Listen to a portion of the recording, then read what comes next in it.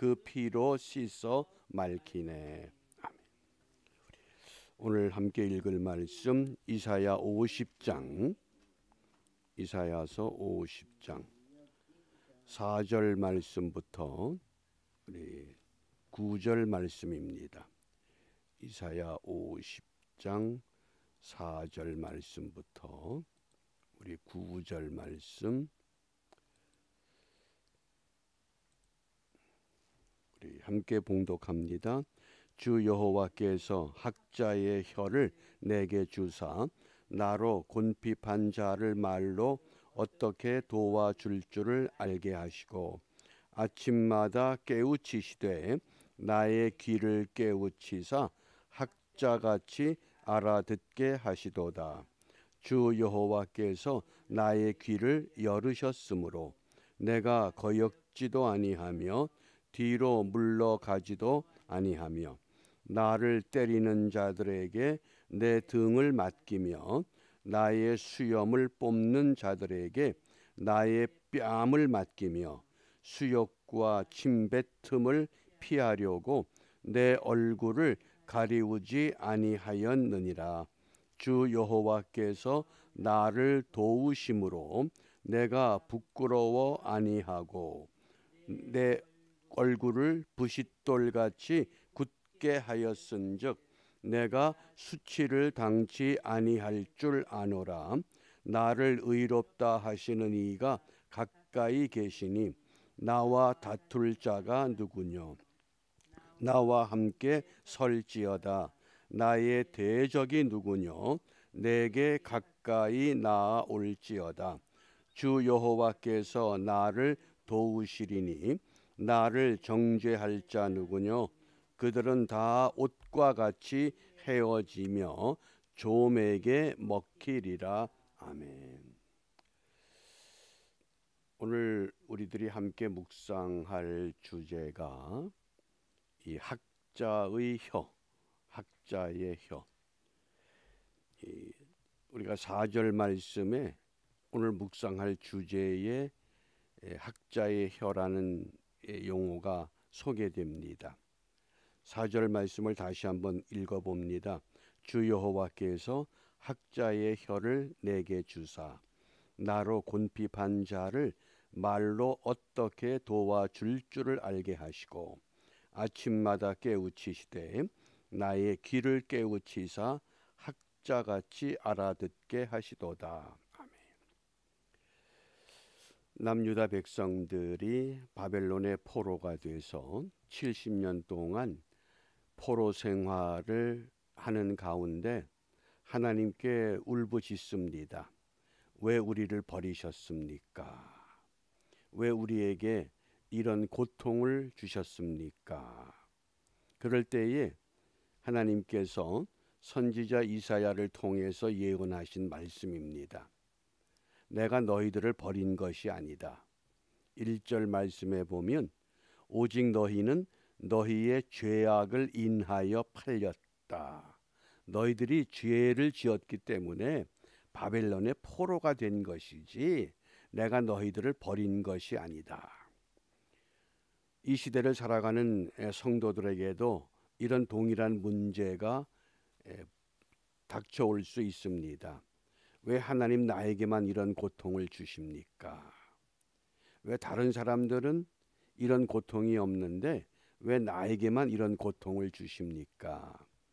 우리가 그렇게 호소할 것이 아니라 내 안에, 내 삶 속에, 내 생활 가운데 이 죄악이 무엇인가를 찾는 것이 바람직한 신앙의 자세라고 하겠습니다. 이런 고통을 호소하는 하나님의 백성들에게 하나님께서 희망의 메시지를 오늘 전해주신 겁니다.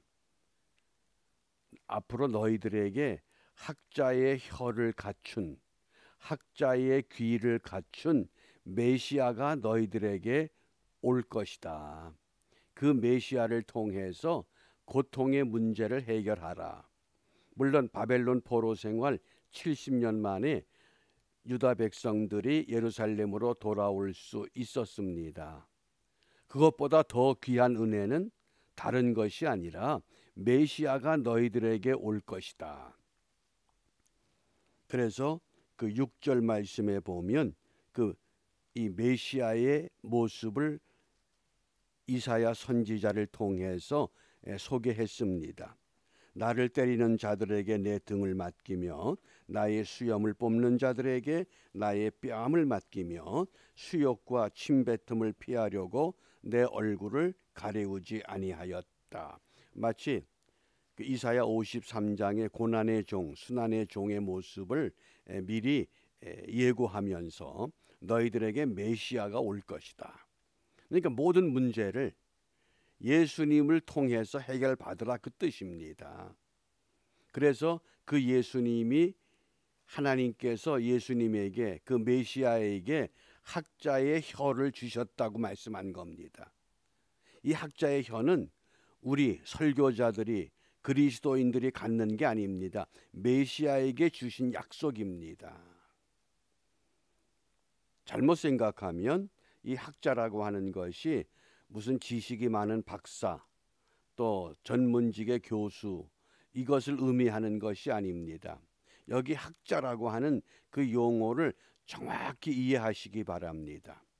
학자의 혀를 다른 말로 제자의 혀 이렇게도 번역이 가능합니다. 제자의 혀.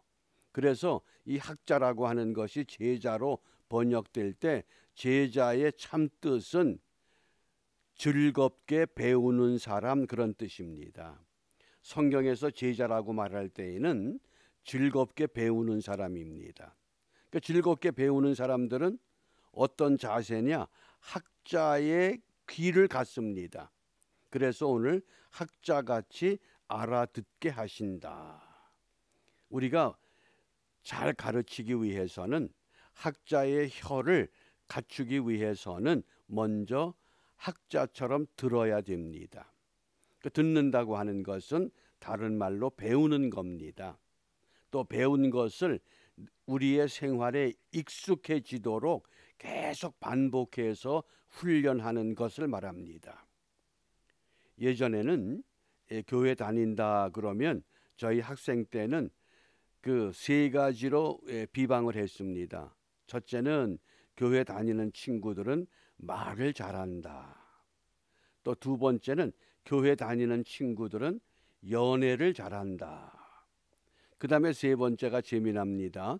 교회 다니는 친구들은 거짓말을 참 잘한다. 이 세 가지를 잘한다고 주위에서들 비방했습니다. 그런 요소들이 있습니다.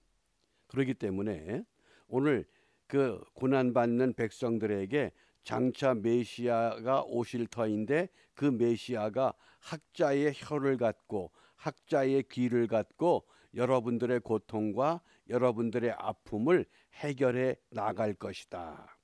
그러니까 예수님께서 이 땅에 오셔서 수고하고 무거운 짐진 자들아 다 내게로 오라.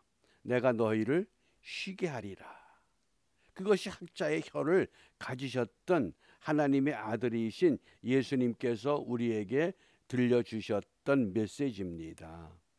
그러니까 우리가 그 예수를 믿기 때문에 우리도 먼저 이 새벽마다 선지자 이사야를 통해서 하시는 그 말씀을 학자같이 알아들어야 됩니다.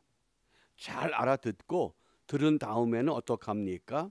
우리가 만나는 사람들, 그래서 곤피판자 그랬습니다. 이걸 다른 말로 곤고한 사람, 피곤한 사람, 이런 사람들에게 우리의 언어가 그들에게 위로의 언어가 되고 또 절망에 빠졌던 사람들이 우리의 언어를 통해서 그들이 소망을 갖고 약해진 사람들이 우리의 언어를 듣고 그 언어 때문에 그들이 새롭게 용기를 갖고 일어설 수 있는 그것을 오늘 우리에게 말씀하신 겁니다. 그러기 위해서는 학자같이 알아듣는 우리가 비결이 있습니다. 무엇을 알아들어야 되느냐? 그 5절부터 9절까지 보면 그 처음에 5절 초반에 주 여호와께서 나의 귀를 열으셨으므로. 내가 길을 연 거 아닙니다. 하나님께서 길을 열어 주십니다. 베드로가 주는 그리스도시요 살아계신 하나님의 아들입니다. 베드로 고백이 아니라 하늘 아버지가 고백하게 하셨다고 말씀했습니다. 마찬가지입니다. 내가 내 길을 열어서 잘 들어야지 그것이 아니라 하나님께서 저와 여러분들의 귀를 열어주십니다. 왜? 하나님은 영이시기 때문에 영의 음성이, 영의 말씀이, 영의 가르침이 내 귀에 들려야 합니다. 내가 여는 것은 육의 귀지만은 하나님이 열어주실 때는 영의 귀가 열립니다. 전능하신 아버지 하나님, 이 아침에 우리 모두 영의 귀를 열어주시옵소서. 그래서 영의 귀를 열어야 됩니다. 그 다음 두 번째입니다. 그 7절 말씀에 보면 그 영의 길을 열었기 때문에 주 여호와께서 나를 도우심으로. 하나님께서 저와 여러분들을 도와주십니다. 이 아침 시간에 약속하시는 말씀입니다. 내가 어려울 때, 힘들 때, 절망할 때, 슬플 때, 고통에 있을 때 나를 도와주신다. 이 약속을 마음에 다지시길 바랍니다. 주 여호와께서 나를 도우심으로. 이런 은혜가 분명히 있습니다. 그 다음에 8절에 보면 나를 의롭다 하시는 이가 가까이 계시니. 우리를 의롭다고 하신 그 하나님이 가장 가까운 곳에 계십니다. 내 옆에 계신, 내 앞에 계신, 내 뒤에 계신 나를 가까이 하시는 예수님이 보이십니까? 그 예수님이 가까이 있음을 잊지 말아야 합니다. 그 다음에 9절입니다. 주 여호와께서 나를 도우시리니. 다시 한번 도와준다고 강조합니다. 내가 너를 도와준다. 우리를 분명히 도와주십니다. 어떻게 도와주시느냐? 그래서 이제 우리 5절을 읽습니다. 5절 6절 같이 읽습니다. 주 여호와께서 나의 귀를 열으셨으므로 내가 거역지도 아니하며 뒤로 물러가지도 아니하며 나를 때리는 자들에게 내 등을 맡기며 나의 수염을 뽑는 자들에게 나의 뺨을 맡기며 내 수욕과 침뱉음을 피하려고 내 얼굴을 가리우지 아니하였느니라. 아멘. 무슨 말씀입니까?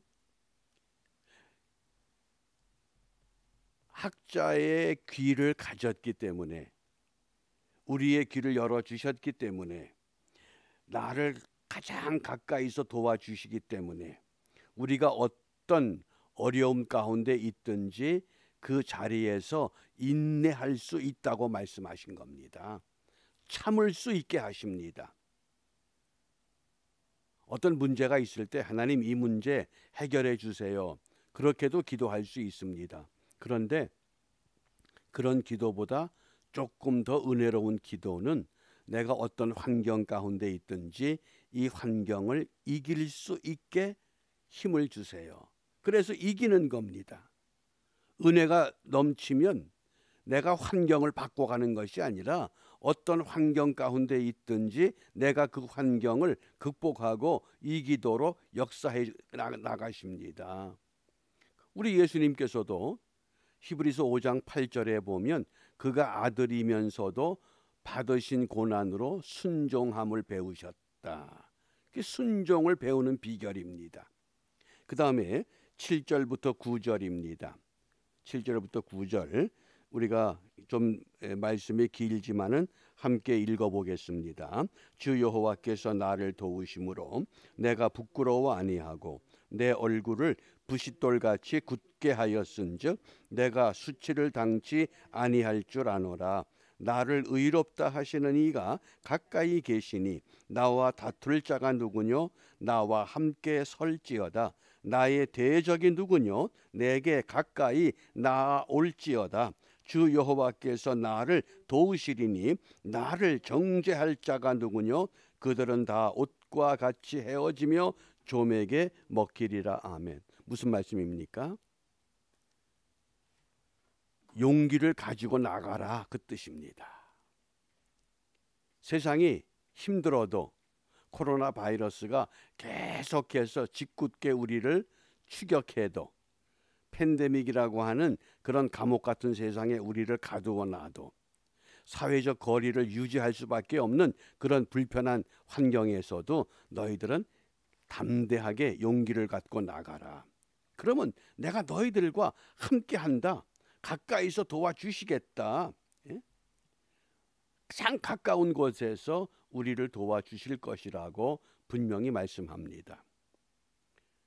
그 한동안 한국 교회 목회자들 성도들에게 널리 소개됐던 브라질의 후안 카를로스 목사님의 너는 제자인가? 당신의 기도는 어디에 있는가? 그런 책들이 있었습니다. 근데 그 후안 카를로스 목사님이 브라질의 그 상파울로 그 교회에 부임을 했을 때에 처음에 교인들이 184명이었다고 합니다. 그런데 1년 지나고 2년 지나고 3년 되니까 교인이 600명으로 확 늘었습니다. 그러면서 굉장히 그 사역에 흐뭇하고 만족해 했습니다. 그런데 어느 날 깊은 묵상을 하는 가운데에 그런 음성이 들렸다고 합니다. 네가 184명에서 600명으로 800명으로 1000명으로 계속 늘려가면 정말 그들이 제자인가? 뭡니까? 학자의 혀를 갖고 학자의 귀를 갖는 믿음의 사람들인가? 그 생각을 해보니까 살은 계속 쪘는데 살만 디룩디룩 쪘지 그들이 정말 제자가 아니라고 하는 것을 마음 깊이 깨닫고 하나님 앞에 모든 걸 다 내려놓기 시작했다고 합니다. 그러면서 정말 우리가 해야 할 일이 무엇이냐? 신자냐 제자냐? 어떻습니까? 오늘 이 새벽 시간에 나는 하나님 앞에 신자인가 아니면 제자인가? 신자라고 하는 신앙은 문제 해결만을 위해서 기도합니다. 이 문제를 해결해 주세요. 그러면 또 문제가 또 오면 또 이 문제 해결해 주세요. 그런데 그래서 신자는 축복받기를 원해 기도합니다. 축복해 주세요. 그런데 제자는 더 많은 문제 가운데 뛰어들어갑니다. 왜? 예수님께서 누구든지 나를 따라오려거든 자기를 부인하고 자기 십자가를 지고 나를 따라오라고 말씀했기 때문에 그 예수님의 가르침을 쫓아가는 신앙, 그걸 제자, 그것을 학자의 혀, 학자의 귀라고 말씀한 겁니다. 분명히 오늘 이사야 50장에 바벨론의 포로가 돼서 70년 동안 고통받는 유다 백성들, 왜 우리를 버리셨습니까? 하나님 우리를 왜 잊어버렸습니까? 그런데 하나님께서 선지자 이사야를 통해서 미리 예고하신 겁니다. 너희들이 고통 가운데 있는 것은 내가 버린 거 아니야. 너희들이 잘못했어. 그 잘못이 무엇인지를 깨달아. 그러나 장차 너희들에게 메시아라고 하는 고난의 종이 오시는데 그 고난의 종은 몹쓸 고난과 핍박과 모욕과 침뱉음과 배반과 이 세상에서 경험할 모든 잘못된 것들을 다 경험해도 결코 왜 나를 버리셨습니까? 그렇게 하질 않아. 이것을 통해서 내가 아버지께 철저하게 순종해야 하겠구나. 이것만 깨닫는 거야. 이게 신앙이야. 이렇게 말씀하신 겁니다. 우리가 사순절 15번째 날 새벽을 열면서 오늘 하루 동안 학자의 혀라고 하는 것이 말을 잘해서 사람들에게 감동을 주어서 그들을 주님께로 인도하는 그것에 머무는 것이 아니라 내게 어떤 모진 고통과 고난이 닥쳐와도 우리 메시아처럼 끝까지 인내하면서 이 믿음을 지키면서 신자의 자리에서 제자의 자리로 제자의 삶을 우리가 회복해 나가는 것, 이것을 오늘 우리에게 말씀하십니다. 이런 말씀을 우리 마음에 새기면서 때로는 우리가 어려움도 있습니다. 고통도 있습니다. 아픔도 있습니다.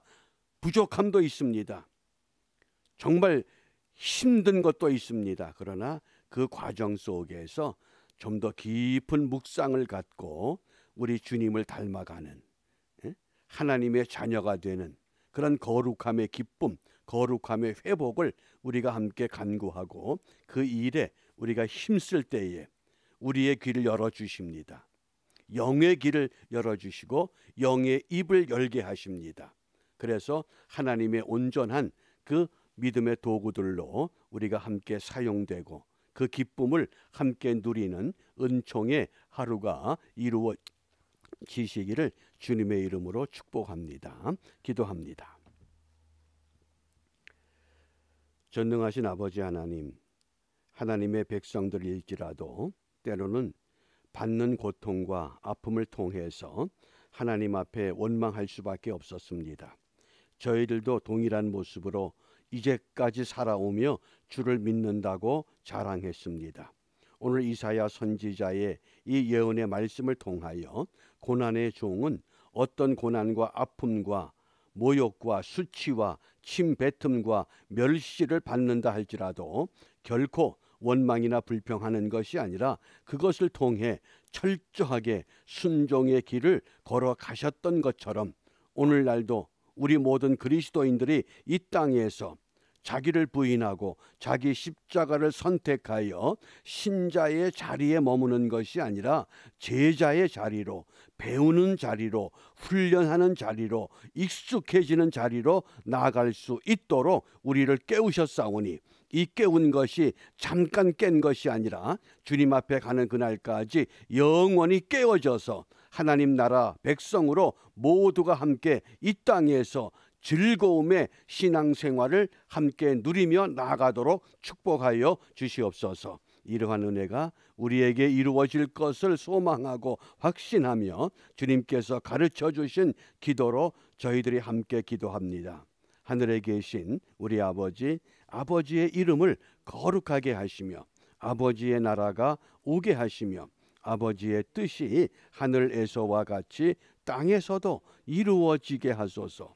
오늘 우리에게 일용할 양식을 주시고 우리가 우리에게 잘못한 사람을 용서하여 준 것 같이 우리 죄를 용서하여 주시고 우리를 시험에 빠지지 않게 하시고 악에서 구하소서. 나라와 권능과 영광이 영원히 아버지의 것입니다. 아멘. 학자의 혀, 학자의 귀를 갖고 오늘도 승리의 길을 함께 걸어가기를 바랍니다. 감사합니다. 마칩니다.